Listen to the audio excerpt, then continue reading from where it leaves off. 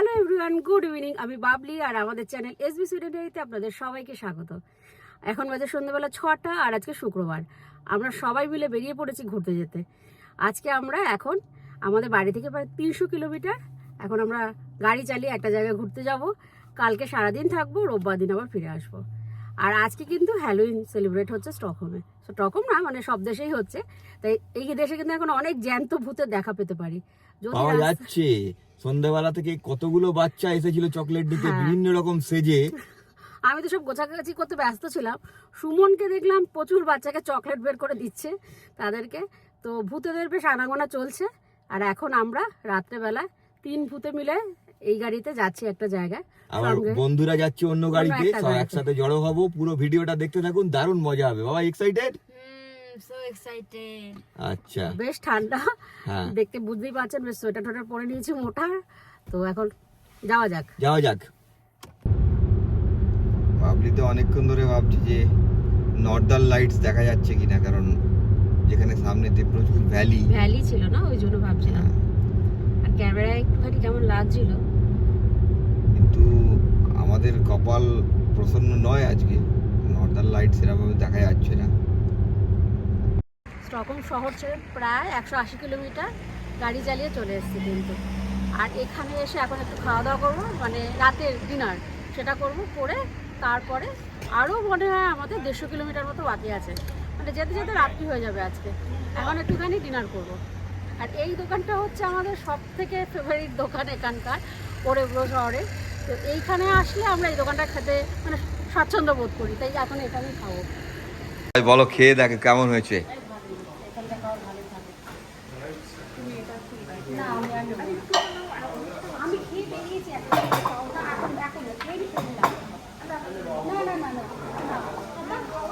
আচ্ছা, অল্প অল্প করে ই করে নাও।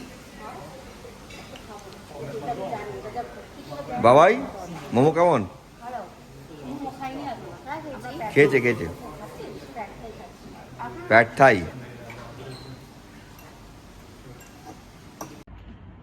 আমাদের ঘুরতে এলে বিশেষ করে জ্যোতি এদের সঙ্গে তো আমরা ঘুরেছি অনেকবার, আপনারা দেখেছেন।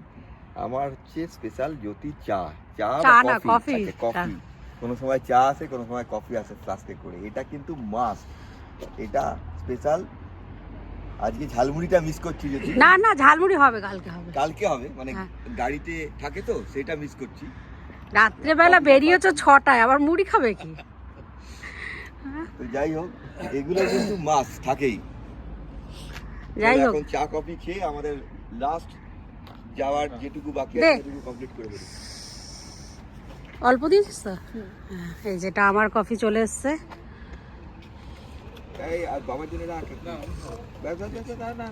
এই ভালো হয়েছে, বেশ একটুখানি।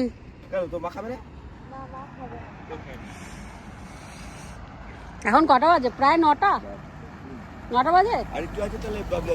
না, আমি আর খাবো না। হ্যাঁ, আর 1 ঘন্টা 10 মিনিট আমাদেরকে যেতে হবে। হ্যাঁ চলো টাটা দে।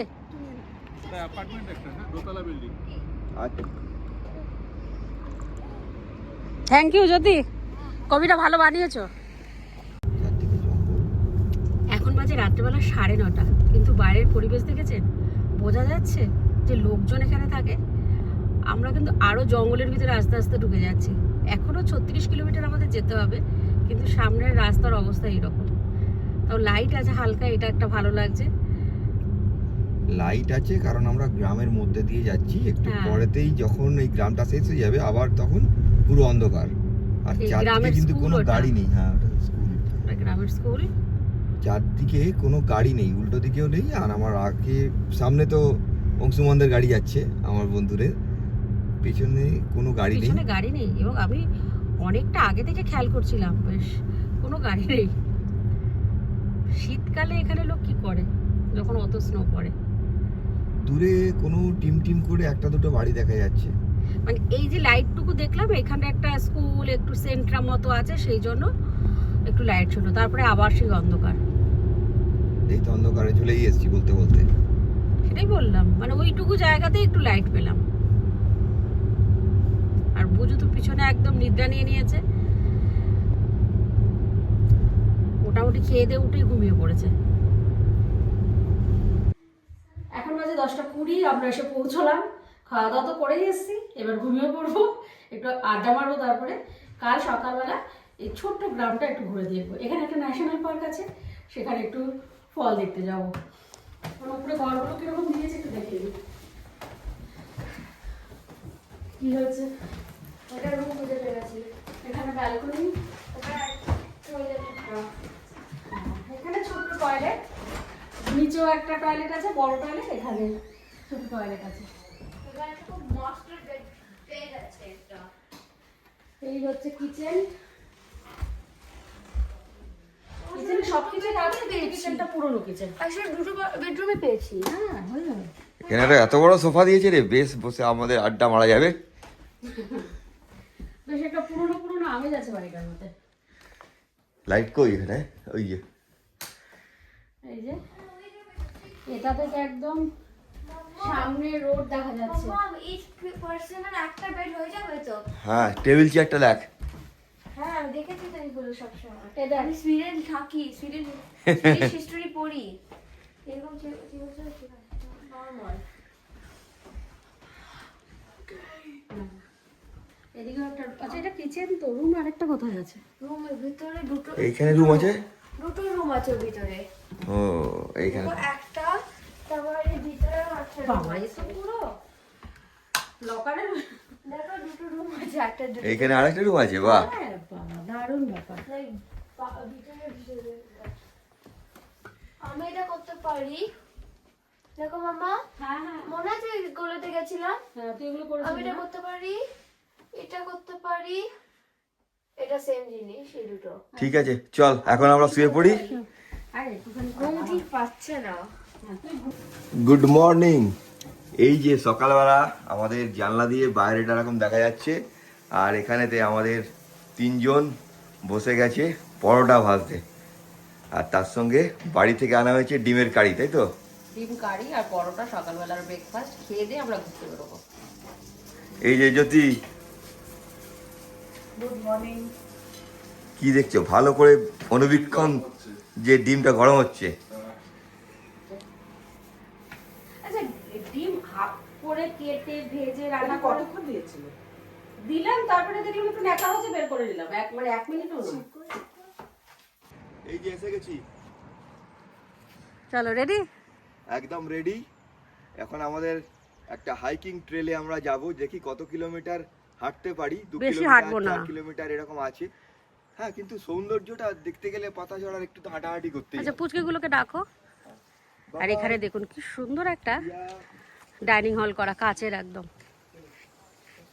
বারবিকিউ করার মেশিন, একদম সব কিছু দিয়ে সাজানো রয়েছে।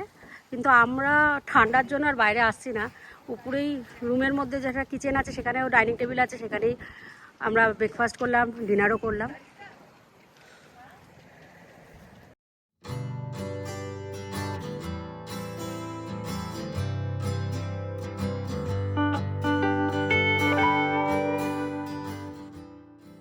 আজ থেকে 2 সপ্তাহ আগে এলে হয়তো ফলটা আরো ভালো দেখতে পেতাম। দেখা যাক কতটা আমরা দেখতে পাই সেই পাতা ঝরার রঙিন রূপ, আর কতটা ন্যাড়া গাছ। তবে এখন কিন্তু আমরা বেরিয়ে পড়েছি খুব বড় একটা লম্বা ট্রেকিং করতে।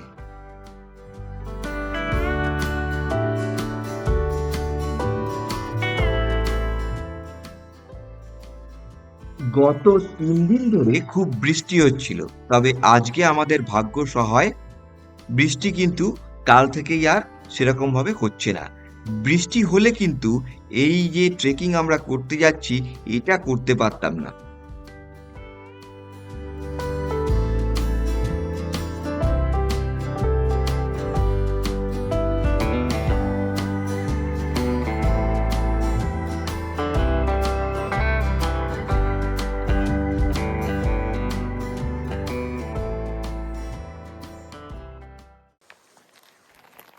আমরা চলে এসেছি ট্রিভেন ন্যাশনাল পার্ক। এটা সুইডেনের ঠিক মাঝামাঝি জায়গায়, সেন্ট্রাল সুইডেনে মানে আছে। প্রচুর গাড়ি এসছে, সবাই ফল দেখতে এসছে। আমরা ভেবেছিলাম যে হয়তো আমরা আসছিলাম যখন কোনো গাড়ি টাড়ি দেখতে পাইনি, তো ভেবেছিলাম যে হয়তো গিয়ে ফাঁকাই দেখবো। অ্যাকচুয়ালি আমরা সবসময় যেখানে যাই বলি সকাল সকাল যাব, আমাদের তো খাওয়া দাওয়া সব কিছু করে রেডি হয়ে বেরোতে বেরোতে দেরি হয়ে যায়। তো এখন বাজে প্রায় 11:30, আমরা এসছি, এখন আমরা হাইকিং করব। যত গাড়ি দেখছি তারা সবাই কিন্তু অলরেডি 9:30 10টার সময় এসে শুরু করে দিয়েছে, কারণ বিকাল 4টের সময় অন্ধকার হয়ে যাবে। প্রত্যেকটা ন্যাশনাল পার্কে এরকমভাবে ছবি দেওয়া থাকে এবং ম্যাপেতে বিভিন্ন রকম ট্রেল যেগুলো আছে সেগুলো দেওয়া থাকে, কোথায় কি কি দেখা যাচ্ছে, তার কি হিস্ট্রি, কত কিলোমিটার হাঁটতে হবে, হাঁটার যে ডিফিকাল্টি লেভেল সেটা কতটা, এবং তার ডেসক্রিপশন। এতক্ষণে মাত্র 700 মিটার হেঁটে আসলাম আমরা। আধ ঘন্টা হয়েছে। হ্যাঁ, আধ ঘন্টা লেগেছে 700 মিটার হেঁটে আসতে। আরো যেতে হবে, জানি না কিভাবে যাবো, সামনের রাস্তা কিন্তু খুব ডিফিকাল্ট। এই হচ্ছে রাস্তায় যে সামনে দুটো পাহাড়ের মাঝখান দিয়ে, খাজের মাঝখান দিয়ে। দেখো আমরা কি ফ্যাশন ট্রেন্ডটা দেখো আমাদের। বাহ, কাদা লেগে যাচ্ছে না? কাদা লেগে যাচ্ছে, হ্যাঁ।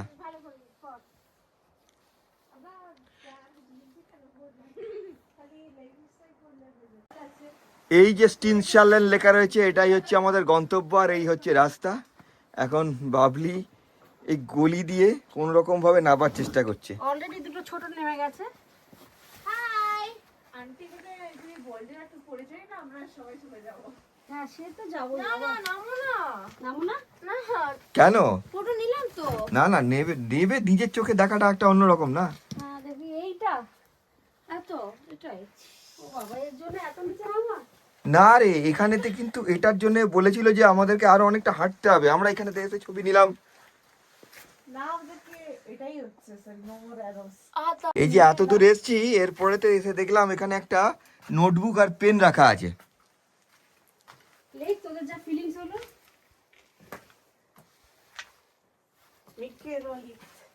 না ওরকম করে রাষ্ট্রের নাম লেখা। ও যারা যারা এসছে তারা তারা শুধু নাম লিখবে।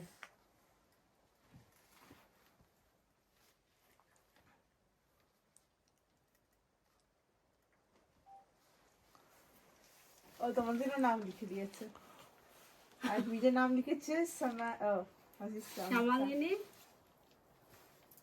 ডেট দাও, ডেট দাও। 1st November. ও some part of the family. Yeah, now you are. আমাকে ফ্যামিলি ট্রিতে লাগিয়ে দিল। ভুলভাল কিছু আবার আঁকবে। হার্ট আঁকলো। গাছ বাবা। কি ডেট? 1/11/2025। এই যে আমরা প্রায় 1.5 কিলোমিটার হাঁটলাম, কিন্তু সময় লাগলো 1 ঘন্টার উপরে। রাস্তা তো আপনারা দেখতেই পেলেন, রাস্তা বলা যায় না সেগুলোকে, পাহাড়, গাছপালা, উঁচু নিচু নানান রকম পেরিয়ে আমরা এলাম। এখন একটা ঝর্ণার পাশ দিয়ে যাচ্ছি, এখানে জলের কালারটা দেখাচ্ছি কীরকম জলের কালার। অ্যাকচুয়ালি এটা কিন্তু কাদা মাটি নয়, শুধু যেটা বলছে সেটা হচ্ছে এই জলেতে আয়রন মিশে আছে। সুইডেনের জলেতে প্রচুর আয়রন থাকে, এখানে তো অনেক আয়রন মাইন্সও আছে। তো এই জলটা হচ্ছে আয়রন মিশ্রিত জল, যেটা এখান থেকে যাচ্ছে, তার জন্য এই ব্রাউন কালারটা দেখা যাচ্ছে। ফেনা হয়ে আছে এখানটা দেখো। হ্যাঁ, পুরো জলটা পুরো ফেনা হয়ে গেছে এখানেতে একটা জায়গায়। মরে যাবে। বুঝি এই জল কিন্তু আয়রনের কনসেন্ট্রেশন এতই বেশি যে এখানেতে এটা ফেনা হয়ে আছে। What iron? Thank you. Oh my god. দেখো উঠছো। হ্যাঁ, ফেনাগুলো আবার হালকা হালকা উড়ছে হাওয়াতে। সেভাবে চাইলে আমি এটা সেল করতে পারি। এই ফেনাগুলো? হ্যাঁ। হ্যাঁ, আয়রন আছে। নি একটা বাকেট দাও কেউ। হ্যাঁ আয়রন। ফেরার পথে আমরা লেকের ধারে হাঁটতে হাঁটতে এইরকম একটা উঁচু জায়গায় চলে এলাম, যেখান থেকে ওই দূরের ছোট ছোট দ্বীপগুলোকে দেখা যাচ্ছে। চারদিকটা কি শান্ত, আর মেঘ করে আছে, এরকম একটা অপূর্ব শান্ত পরিবেশ। হাইকিংয়ের এটাই একটা মজা। আমরা তো হাইকিং করতে মানে অভ্যস্ত নয়, সেই জন্য যখন করি তখন একটুখানি কষ্টই হয়, কিন্তু ভালো লাগে বলেই আসি বারবার। তো যাই হোক, এখন চলো নিচে নেমে যেতে হবে, মেয়ে অনেক দূর চলে গেছে। হ্যাঁ ঠিক আছে, ও তো বন্ধুর সঙ্গে আছে, কোনো অসুবিধা নেই। হ্যাঁ আমরাও চলে যাব। আস্তে আস্তে রোদটা উঠছে কিন্তু শেষের বেলায়। ওখানে দেখলাম আর 800 মিটার বাকি, হ্যাঁ এখন হয়তো 400 মিটার বাকি থাকবে। অনেকটা উপর নিচু করতে করতে দেখো কি সুন্দর রোদটা উঠেছে, ভালো লাগে। উঠেছে, একদম লেকের সাইড দিয়ে চলে এলাম, একদম লাস্ট পয়েন্টে চলে এসেছি। একটু দূরে আমাদের গাড়ি পার্কিং করা আছে দেখতে পাচ্ছি, কিন্তু এইটুকু জায়গাও প্লেন নেই, মানে এরকম পাথরের উপর দিয়ে একবার উঠছি একবার নামছি, মানে একটা অন্যরকম এক্সপিরিয়েন্স হলো। তবে ওয়েদারটা ভালো বলে করতে পারলাম, গরম হলে করতে পারতাম না। জ্যাকেটটাকে এইটুকু লাস্টে যাবো, সেটাও একটু উঁচু নিচু, জ্যাকেট ট্যাকেট তো ছেড়ে দিয়েছো, সেগুলো সব গরম লাগছে ভুজুর হাতে। হ্যাঁ মেয়ের কাছে সব। দেখো এখানকার রাস্তাটা দেখো সামনে, হ্যাঁ এখানকার রাস্তাটা এবড়ো খেবড়ো। পুরো র যাকে বলে। হ্যাঁ এগুলো র নেচার, এটাই সুইডেন নরওয়ের বৈশিষ্ট্য। এটাই যদি তুমি সেন্ট্রাল ইউরোপে যেতে, ওখানে দেখতে সাজানো গোছানো কাঠের সুন্দর করে রেলিং দিয়ে সব কিছু করে দিয়েছে।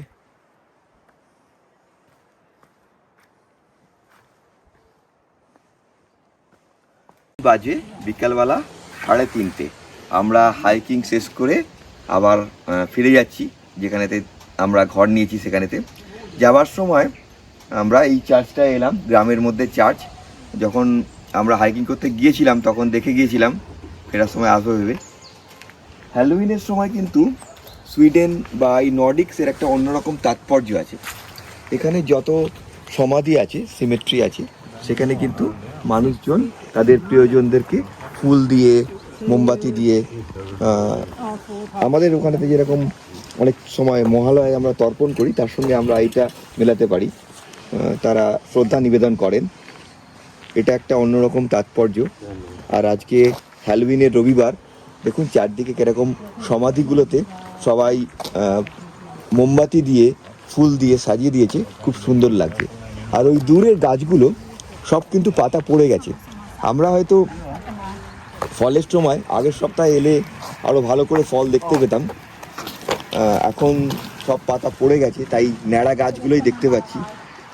এই ন্যাড়া গাছগুলো জানান দিচ্ছে যে শীত আসছে, কিন্তু চারদিকে অপূর্ব পরিবেশ, এখনও সবুজ ঘাস, ন্যাড়া ন্যাড়া গাছ, আর তার পিছনেতে সবুজ ব্যাকড্রপে ক্রিসমাস ট্রি যেগুলো এখনও সবুজ হয়ে আছে। আর উল্টো দিকে এই চার্চটা মাথা তুলে এরকমভাবে দাঁড়িয়ে আছে। আমরা একটু পরে ভেতরেতে যাব চার্চে, জানি না ভেতরেতে আমাদের ভিডিও করতে দেবে কিনা, তবে দিলে নিশ্চয়ই একটুখানি করে দেখাবো এখানকার গ্রামের চার্চ কীরকম হয়। এখন বাজে সন্ধ্যেবেলা 5:30, কিন্তু বাইরে ঘুটঘুটে অন্ধকার হয়ে গেছে। আর এই যে সুমন এখানে রান্না করেছে মাংসের ঝোল, রাতে আমাদের ডিনার হবে। আর আমি এখন মাখবো মুড়ি, তারপরে সবাই মিলে খাওয়া দাওয়া হবে, তাই তো? মুড়ি মাখা আমাদের আড্ডার একটা অংশ।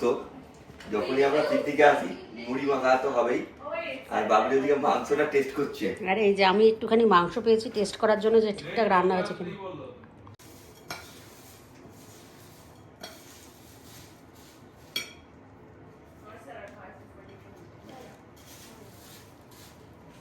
ধনে পাতা, পেঁয়াজ, শসা, কাঁচা লঙ্কা, আর এই যে হচ্ছে ছোলা। এই ছোলাটা বাইরে থেকে বানিয়ে এনেছি, এটাকে মিক্স করে নেবো, দিয়ে মুড়ি মাখবো।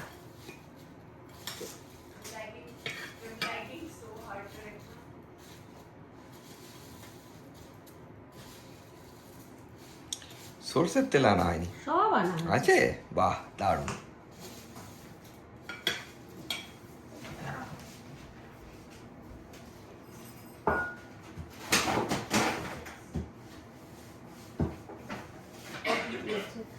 সর্ষের তেল, ওখানে কি আমি ভাজা মশলাটাও এনেছি তো। ভাজা মশলা? হ্যাঁ, তাও দেখছি। আর এই হচ্ছে আমাদের ভাজা মশলা, একটু যেটা ঝালমুড়ির মশলা মতো, ওটা একটু দেব। এখন বাজে রাত্রিবেলা 9টা, এখন ডিনার হবে আমাদের। রাতের মেনু হচ্ছে গরম গরম ভাত, মাংস, আর পুজো তো এখন চিকেন খায় না, তার জন্য বাবু চিকেনের তো ঝোল খাবে না, তাই জন্য মাছের ঝোল। এই হচ্ছে পুজোর জন্য রান্না। একদম দেশি পদ্ধতিতে সব রান্না, দেশি খাবার দাবার খেয়ে রাতে ঘুমোতে যাবো। এই কেমন হয়েছে খেয়ে বলো তো তোমরা সবাই। মাংসটা যেমন এমন বলছি যেন আমি বানিয়েছি, অ্যাকচুয়ালি জ্যোতি তো মশলা দিয়ে গেছে, আমি শুধু কষেছি। ভালো হয়েছে, ভালো হয়েছে, সব রান্না বান্না ভালো হয়েছে। এখন বেলা 9টা বাজে, বাইরে গুটগুটে অন্ধকার। 9টা না, 9:30। 9:30 গুটগুটে অন্ধকার, খেয়ে দিয়ে ঘুমোতে হবে, কালকে বাড়ি যাবো আবার। Good morning. আমাদের আজকে ফিরে যাওয়ার দিন। উইকেন্ড ট্রিপ যেরকম হয়, এটা একটা রিফ্রেশমেন্ট। আস্তে আস্তে তো অন্ধকার আসছে, তারপরে আমাদের দেশে যাওয়ার পালা, সব মিলিয়ে ব্যস্ততা চলে আসবে। তাই ঠিক এই হ্যালোউইনের ছুটিটাকে আমরা বেছে নিয়েছিলাম একটুখানি মানে বাড়ির থেকে বেরিয়ে একঘেয়ে জীবনের থেকে বাইরে বেরোবার জন্য, কিছুটা ফল দেখা। কালকে তো অনেকটা আনন্দ করলাম, আপনারা দেখলেন, সব মিলিয়ে ভালোই কাটলো। এখন আমাদের বাড়ি ফিরে যাওয়ার পালা। আবার 3.5 ঘন্টা ড্রাইভ করে যেতে হবে, তবে মাঝখানে একটা লাঞ্চ ব্রেক নেব, সুতরাং হয়তো 4-4.5 ঘন্টা লেগে যাবে। সমস্ত জিনিসপত্র দিকে গুছিয়ে দিয়েছি। আজকে ঠান্ডাটা এখানে বেশ কম, ভালো লাগছে। এবার বাড়ি ফিরে যাব, আবার ডেলি লাইফে ফিরে যাওয়া। একটা রিফ্রেশমেন্ট হলো উইকেন্ড। হ্যাঁ, সে একটা ঠিক কথা। রোজ ওই এক বাড়িতে থাকতে ভালো লাগে না, মাঝে মাঝে একটুখানি বাড়ি চেঞ্জ করা হয়। আর এরকম গ্রামের দিকে আসলে আমাদের, বিশেষ করে আমার তো পার্সোনালি খুব ভালো লাগে। শান্ত স্টকহোম শহরের মানে সবসময় গাড়ি ঘোড়া চলছে, আমাদের একটা দৈনন্দিন দৌড়ি করা, তার থেকে একটুখানি ভালো করে রিল্যাক্সভাবে থাকা, একটু নিঃশ্বাস নেওয়া, এই গ্রাম। তাহলে এক কাজ করবো, বুড়ো বয়সে আমরা ওইটাকে বিক্রি করে দিয়ে গ্রামে চলে আসবো, তুমি আর আমি। আমি জানি না তখন মানে রোজ থাকলে ভালো লাগবে কিনা, কারণ এখানেতে যারা থাকে আমরা সেটা আলোচনা করছিলাম, এদের লাইফে কিন্তু স্ট্রাগল অনেক বেশি। হাতের সামনে জিনিসপত্র পাওয়া, মিনিমাম একটা দোকানে একটু দুধ, একটু মানে যা ছোটোখাটো জিনিস ঘরে যে এভরিডে কখনো শেষ হয়ে যেতে পারে লাগে, সেটা নিতে গেলেও এখানকার লোকদের মানে আমরা যখন ওখান থেকে আসছিলাম, কালকে যেখানে আমরা গিয়েছিলাম বললো 25 কিলোমিটার।